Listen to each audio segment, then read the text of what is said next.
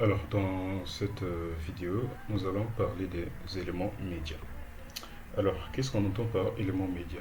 Les éléments médias sont simplement des balises qui vont vous permettre de jouer de la musique et des vidéos sur votre page web. Et donc, on en distingue deux. Vous avez la balise audio et la balise vidéo. Alors, pour les vidéos, c'est très simple. J'insère simplement la balise vidéo et au niveau de l'attribut SRC, je spécifie simplement le lien vers ma vidéo. Ok, ça s'utilise de la même manière que les images.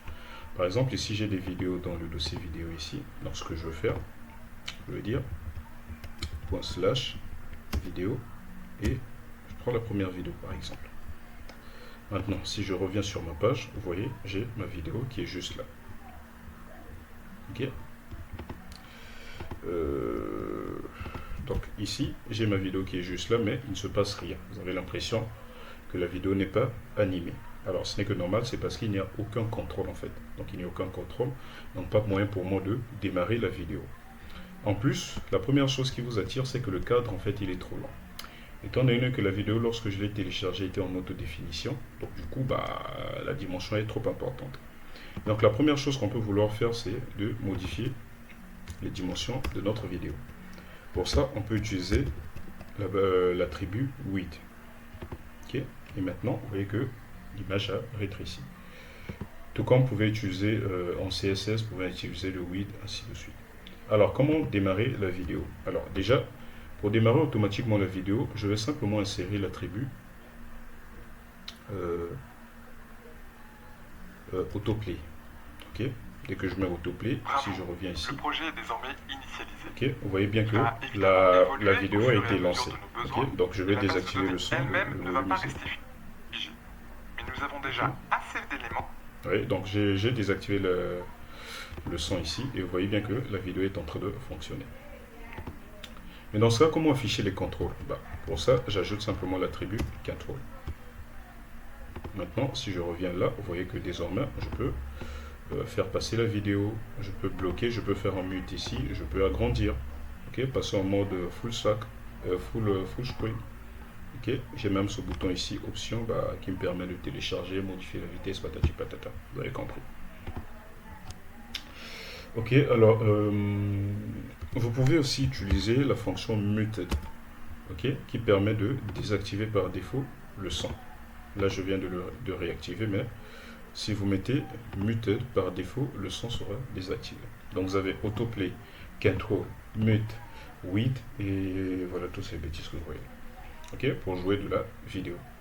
Alors, il existe souvent une autre syntaxe, c'est qu'il peut arriver que la vidéo telle que là, c'est une vidéo MP3 qui est accessible, qu'est-ce que je raconte, qui est prise en charge par mon navigateur. Mais il peut arriver que la vidéo que j'insère n'est pas prise en compte par le navigateur.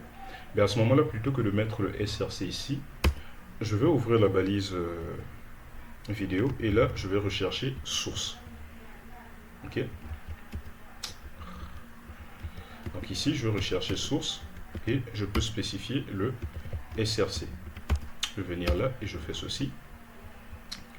Si je viens, je lance, vous voyez que ma vidéo est toujours là. Ma vidéo est toujours là. Alors par contre, qu'est-ce qui change? C'est que je peux spécifier plusieurs sources ici. Vous voyez, je peux spécifier plusieurs sources. Donc là, je vais mettre SRC. Je peux spécifier une autre vidéo, mais attention. La vidéo que je spécifie ici doit être la même vidéo, mais la seule chose qui peut changer, c'est l'extension. Donc ici, en fait, ça me permet de spécifier plusieurs extensions pour la même vidéo. Ok. Et en fonction du navigateur, comme ça, si le navigateur ne prend pas en compte la première extension, la vidéo pourra prendre en compte et donc lire la deuxième option. Et donc, je peux insérer autant de sources que je veux. Ok. Donc voilà pour la balise vidéo. La balise audio également s'utilise de la même manière. Donc j'ai audio, SRC. Ensuite j'ai autoplay, control, ok, control et focus également. Muted par exemple.